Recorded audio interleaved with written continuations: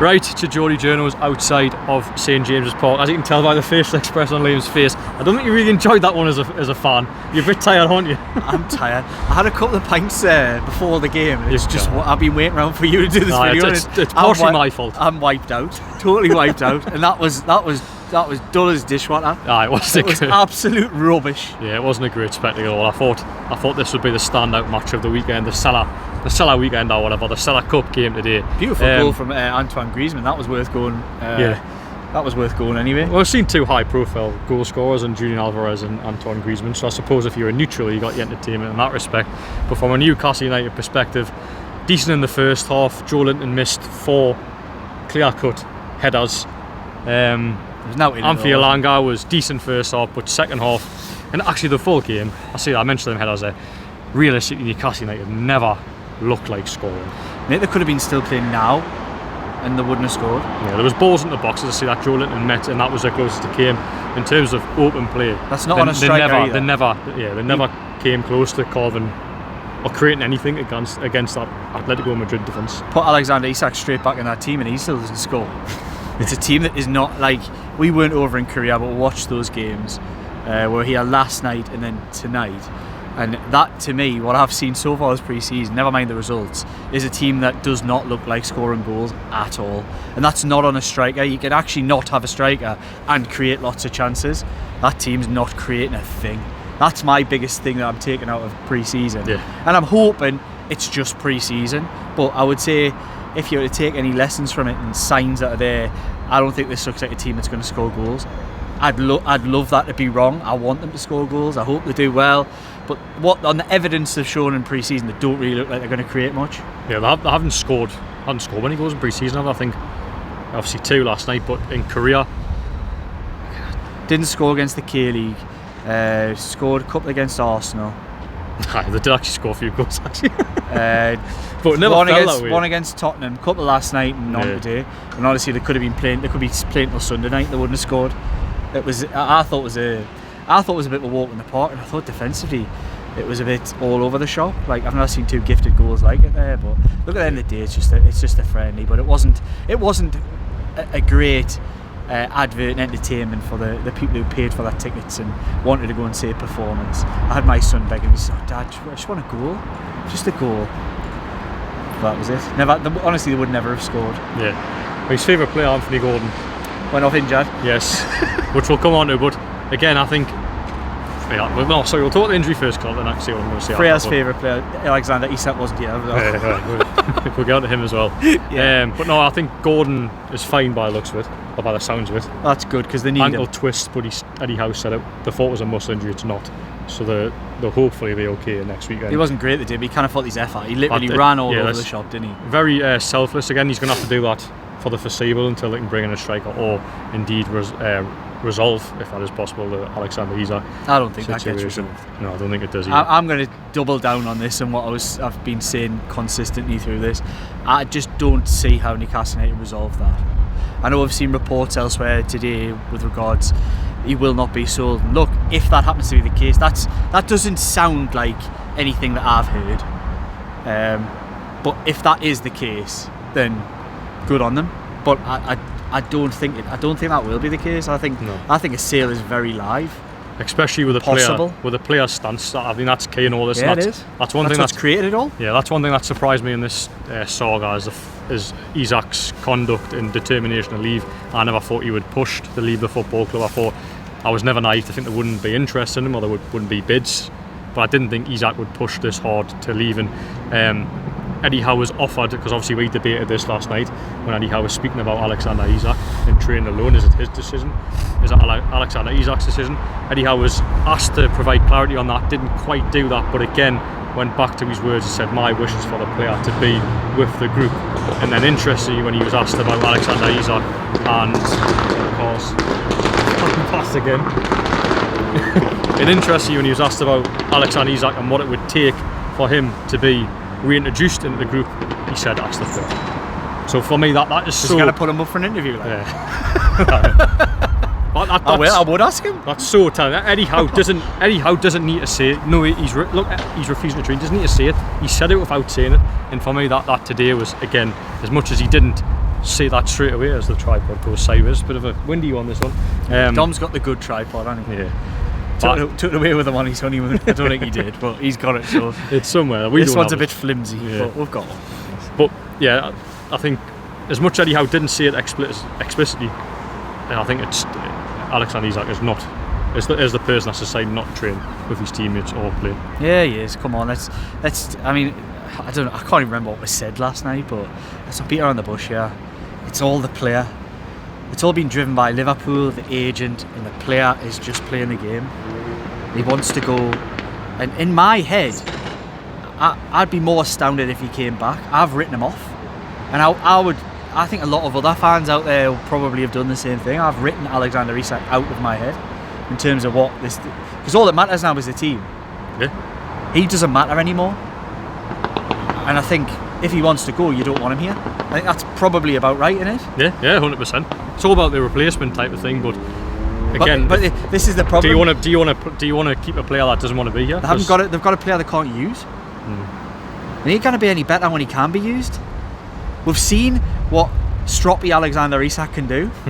He was stinking at the end of last season. And the start. Stinking in the start. Wasn't great at the start. Doesn't mean he's not an unbelievable footballer. I think there's only two better strikers on the planet than him. Haaland and Mbappe. I don't think anybody comes close. I think Isak's the third best striker on the planet. So Newcastle are right to command that kind of fee, but he can stink the place out and all because he's done it a fair bit. Whoa. It went. I'll hold it. Right, it is chaos up here. I've never moved so quick in about 10 years. You did really well there.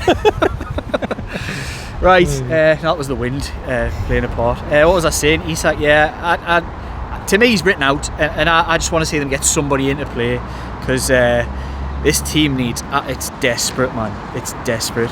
Look, what I would say is we still haven't seen the proper team play together, and he tried to blend it a little bit. I don't like this 2 games in 2 days crap. Just play the one game, and then you would have had Bruno in the midfield today with the other 2, and then it's a proper team. I'm not into all this crap. Yeah. Then you have your centre halves where you're basically playing your 6th choice centre half in the second half, and they lose 2-0.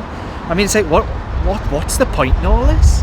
Results don't matter, but I think in this summer summers, I think a result wouldn't have done them any harm. I think it's great having 2 games when you have a proper squad. Newcastle United at this moment in time don't have a squad. They don't have really the ability to play 2 different teams because they haven't got the players.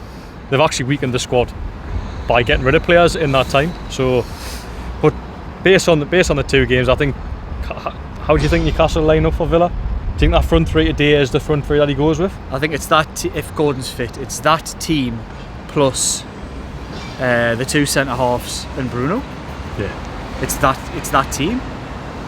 I think Elanga starts. I think Elanga starts. Like I say, that 45 minutes of Elanga when he gets space to run in and go at people, but he can't be happy with his final delivery and his second half performance today. It's not his fault. But I thought Barnes had loads of opportunities to do something with the ball today. And he started bright, but I thought faded quite poor in the quickly. Second half. Yeah, really there wasn't any standouts in the second half at all. I thought Tonali was a step off it today. I thought Livramento, he's a mile off it at the minute. And I love him as a player, but he's a mile off it this pre-season. I mean, he was lackadaisical today. He was like... There was 2 times he let Atletico in. The first half and the second half, and he was... First half, the kid it was put it past the post, a shot. And the second one, I think Jamal Lascelles ended up sweeping it up, or Nick Pope, one of the 2. Just need to switch on some of them. Yeah. Just look. I don't know. I didn't like it. I didn't particularly enjoy it today in terms of like looking at the players and the performance. I didn't think there was much there, but like I say, it's pre-season. I don't think the summer bodes well for the season, and I don't think I'm really speaking out of turn and saying that. And anybody who can, come back, we'll have some of these dafties who come back 6 months after somebody said something. And you know what? If you're going to come back and say, if Newcastle are top of the league in 6 months' time, and you're going to come back and say, Liam, you said they were rubbish in the summer. Well, they have been, and that's all right. It's funny because Eddie Howe made a similar point yesterday, didn't he, about the transfer window? He said, well, you can give the transfer window whatever you want, but last season he's all done it when we went and finished in the Champions League. Exactly. But you're relying, for Newcastle going to have a similar season at last, or even qualify the Champions League season, I think it's a bit of a miracle. If they're going to the season with the squad that they've currently got. And there's not really much momentum, is there? It's like everything feels a bit stunted. And like I said, I had a little rant on Isak last night. I think he's just derailed anything. It wasn't going really very well anyway, but anything that could have been salvaged, he's derailed the whole thing. Yeah. He's ruined this season potentially before it's even started. I can't get over it, me. Genuinely, just as a fan, because I'm not a journalist today. I came as a fan. Hey. I can't get over it, me. No. And his ghosts are everywhere. I was in the club shop today. The new kit. Got the kids trying the third got one Isak on. kits in the top? Isak. Oh. It's not an Isak kit. His picture's right above it. All right. Modelling it. I was going to say, because usually It can be moved. It's not a solid one. It's like what you're doing. but usually when you go in the club shop, they have like already printed shirts. Is there any Isak shirts? Didn't say any, but there's Isak scarves, Yeah. which were plentiful on the rack. Yeah. I bought you one.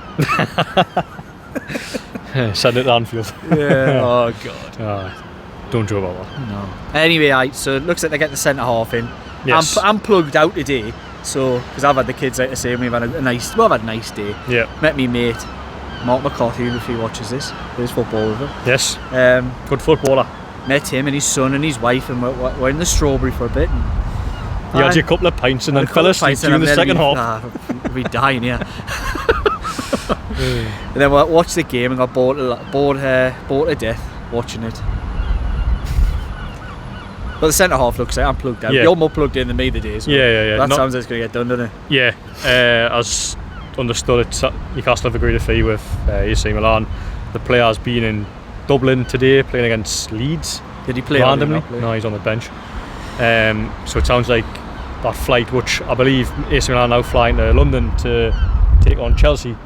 Essentially, Malik Chow's flight will divert to the northeast, where he'll undergo his medical and complete his move. Fee suggested, again I don't know this for absolute facts, but it's been suggested that the fee will be around £34 million, which for a centre half, I think it's all right, a decent fee, like a Botman type fee. It seems maybe a similar profile as well in terms of shopping overseas, and because obviously as you've sort of said before in these videos, I think they've tracked Malik Chow for a while. I remember wanted to play him with Botman. That's what I was coming on to. The dream centre half partnership from last summer was to get him in and pair him with Botman. Yeah. So I think Botman, if he can stay any way, shape, 80% fit, is the best centre half of the football club. Which I thought he was really good in the first half today. He did. But it worries me when he plays like that, because how many times he came with the team last season and was excellent and then ended up picking up an injury. I hope I'm not tempting fate here, but I thought he was excellent today. I think, I haven't seen loads of Malik Chow, to be honest. The only time I've watched him, obviously, from Newcastle's perspective. You love Serie A, you're always watching it. Tell them all about it. Italian football expert. Italian Geordie expert. Yeah, alright. Do that. Yeah, alright. But I played in the Champions League game at the San Siro. In the first game, didn't he? Yeah. I don't remember, but in the first game, to be honest. Tomori's the one who stood out in those games. No, he would have won here when he cleared that Almiron shot off the line. But oh, Miggy, man. I'll never forget that. Like. But obviously, they were chasing centre half last summer. They were being quoted £70 million for, to then shop elsewhere and get a. Yeah, well, I know, but they did chase him. There's a no, I mean, like the amount of people who've been mentioning this. Summer I wrote a story. Oh, jeez, aye. Yeah, you want to just not happening. He's going to Liverpool.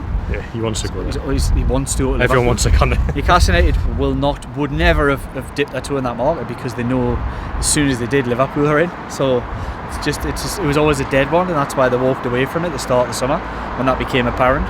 And they've obviously gone after a lad. Look, it's kind of testament, like they do go back for their targets. They identify them, and you know what I would say is, it's not the most exciting of signings. It's not the most exciting thing when they keep repetitively going back for the same players. But I mean, it does show a level of diligence that they identify somebody and they haven't got much wrong because of that approach. So I can't fault what they do in the market. They've probably had 95% hits in terms of what they've done business-wise. I mean, they've very few misses. Even the misses have got caveats. I mean, I'm trying to think of misses.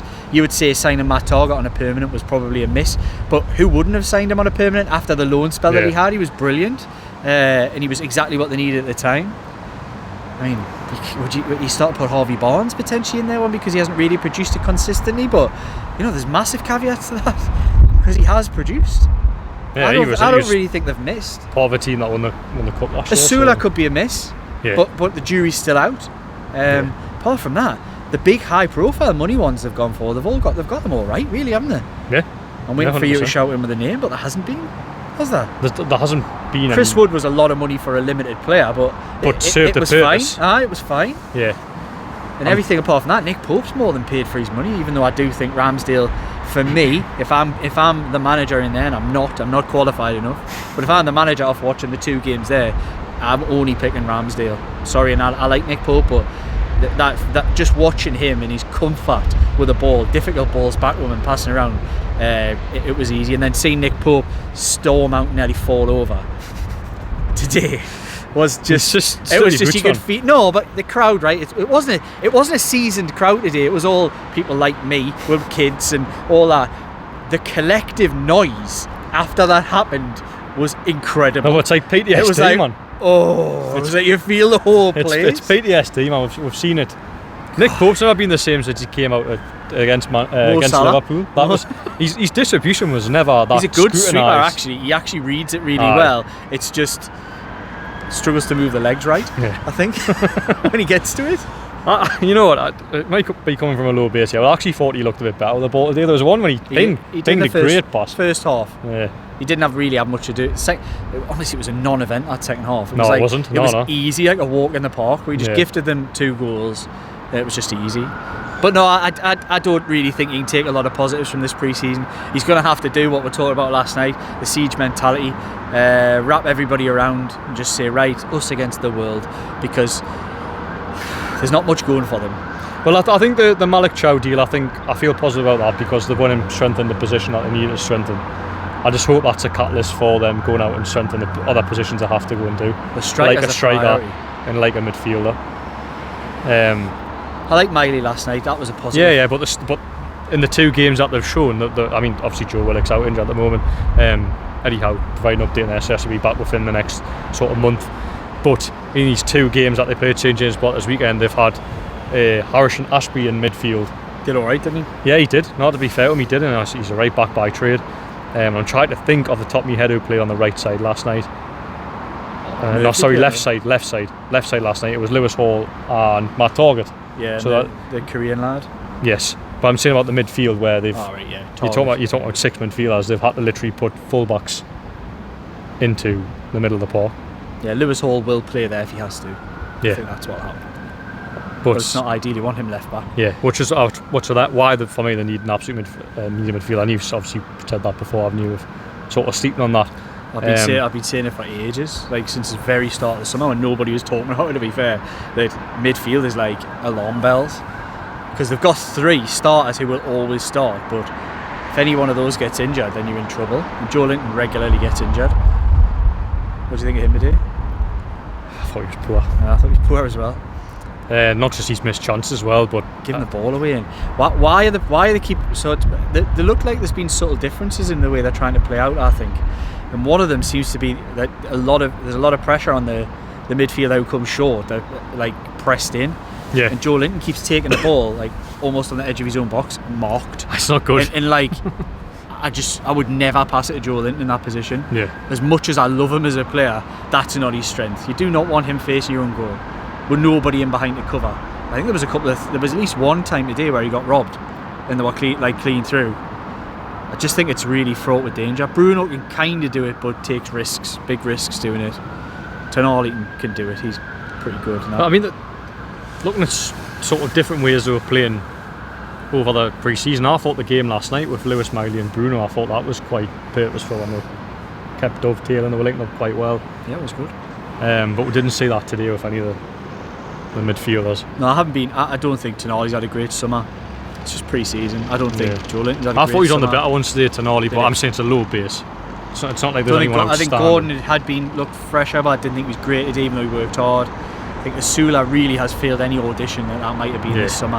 Yeah, it's hard. I mean, it's not harsh to say that they brought him in to do a job, and this was his chance to shine. If he hasn't done it this summer, will he get an opportunity next summer? But the longer it goes on, where he isn't showing these sort of flashes, or he has showed flashes, but I just think as long as that goes on, is he gonna make it? It's a hard. I don't think he looks like a centre forward. No, I agree. I think he's quite erratic in his style, and he's quite quick and direct. I think he's more suited to being in a wide area rather than having to think about getting in goal scoring positions, which he doesn't do. No, it doesn't do. And then when they do fault him, he doesn't take them. Yeah. Not great for if you're going to be a striker at this level. Mm-hmm. I've no doubt he could drop down the levels and would score goals, but at this level he hasn't really shown he can be a striker, I don't think. Yeah. But look, it hasn't really been a very positive summer. It hasn't really been a very positive pre-season. I think that was just a little bit of the cherry on top. It doesn't really matter. What matters is next week, but Villa's a difficult game at the best of times, but it's not the one you'd want first up. It's like there were a point made in the press conference before. There's like Newcastle on the knife edge, where it's like you can go one way, where it's like us against the world, and they rally on, and then they get through, and they do really well again, and the play as a team, and Eddie Howe keeps all together for another season, or just capitulates, and then they have a bad season where everything that's been happening over the last